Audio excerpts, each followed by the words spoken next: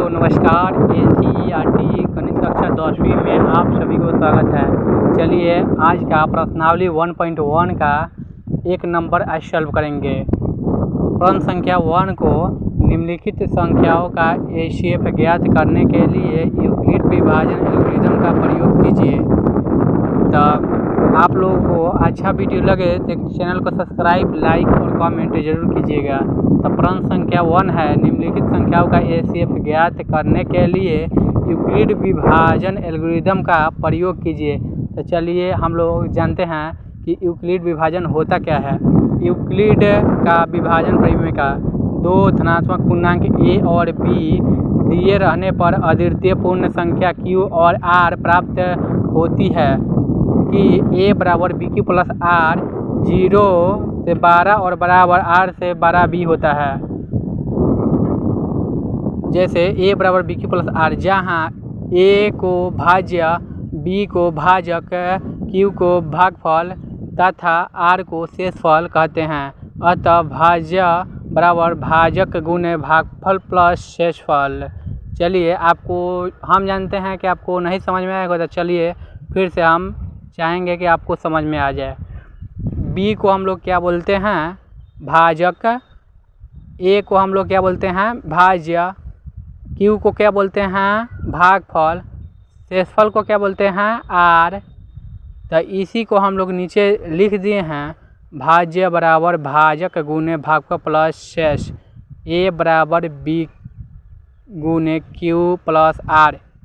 अब चलिए इसके आगे हम लोग जानेंगे कि प्रश्न संख्या 1 को सॉल्व करेंगे। निम्नलिखित संख्याओं का एचसीएफ ज्ञात करने के लिए यूक्लिड विभाजन एल्गोरिथम का प्रयोग कीजिए। मैंने 135 से 12 है 225। तो देखिए यहाँ पे हम लोग निकालेंगे, एचसीएफ निकालना है जिसको हम लोग बोलते हैं मोसो। a बराबर bq प्लस r के बार बार प्रयोग से a बराबर bq प्लस r यूक्लिड विभाजन से हम लोग निकालेंगे। तो देखिए 135 में 225 से भाग देंगे तो एक बार में, तो 135। इसको अब माइनस करेंगे हम लोग, तो यहाँ पे कितना होगा? 5 में से 5 गया तो 0, फिर यहाँ पे 22 में से 13 गया तो 9, 13 9 22 हो गया, एक कट गया वहाँ पे। अब देखिए इसको, अभी इसको जैसे हम लोग लिखे हैं, b को भाजक, a को भाज्य, q को भागफल, r को शेषफल, इसी तरीक़े से हम लोग सजाएंगे। अब यहाँ पे हम लिख दिए b a q r। अब देखिए इसको हम लोग इसी तरीक़े से यहाँ पे सजाएंगे। अब देखिए सजा लेते हैं इसको। चरण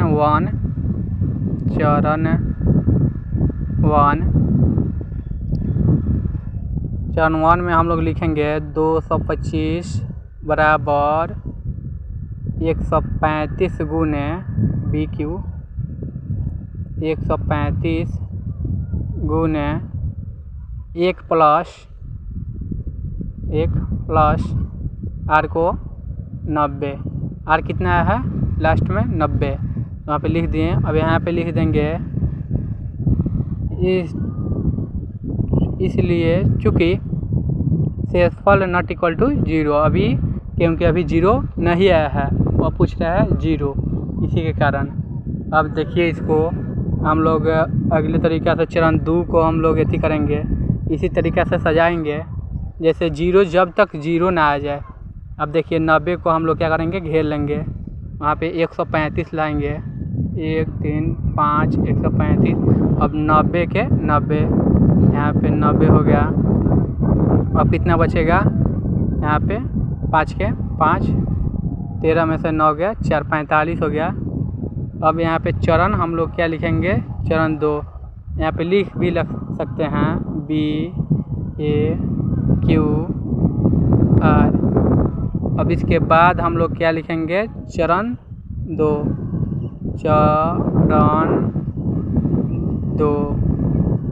अब इसको हम लोग क्या करेंगे? सजाएंगे। अब लिखेंगे 135 बराबर बीच वाला 135 बराबर 90 गुने, यहाँ पे 90 गुने 1 प्लस 45 लिख लिए। उसके बाद यहाँ पे लिख लेंगे चूँकि शेषफल बराबर 45, शेषफल बराबर शेषफल नॉट इक्वल टू 0, माने अभी तक 0 नहीं आया है, यहाँ पे लिख दें। उसके बाद आइए इसको 45 को घेर लिए हैं, अब उतारेंगे 90। 45 दूना के कितना होता है 90, 90 कट जाएगा, चाहे 0 लिख दीजिए या काट दीजिए, कोई दिक्कत ना, कोई दबाव ना। उसके बाद हम लोग यहाँ पे लिखेंगे चरण 3 में, यहाँ पे लिख लेते हैं BAQR। अब यहाँ पे लिख लेंगे चरण 3 में, चरण 3 90 बराबर, यहाँ पे देख लीजिए ये बराबर BQ प्लस R के बराबर प्रयोग से। अब देखिए यहाँ पे लिख लेते हैं 90 बराबर 45 गुने, देखिए इसको दिखा देते हैं हम लोग, B को 45 गुने 2 प्लस 0। अब मोसो बराबर कितना होगा हम लोगों को 45, एशिया बराबर 45। तो इसको बता दे रहे हैं, देखिए इसको A, यहाँ पे BQR, R को शेषफल बोलते हैं। अब 0 आ गया, जो मांग रहा था और उसको हम लोग ला दिए। अब यहाँ पे लिखेंगे चूँकि शेषफल बराबर 0 प्राप्त हो गया और इस चरण का भाजक 45 है। तो यहाँ पे लिख देंगे अतः 135 और 225, 135 और 225 का मोसो 45, मोसो या एचसीएफ उसी को बोलते हैं, 45 होगा। वहीं पे लिख देते, लेकिन स्पेस की कमी है, 45 होगा। 135 और 225 का मोसो 45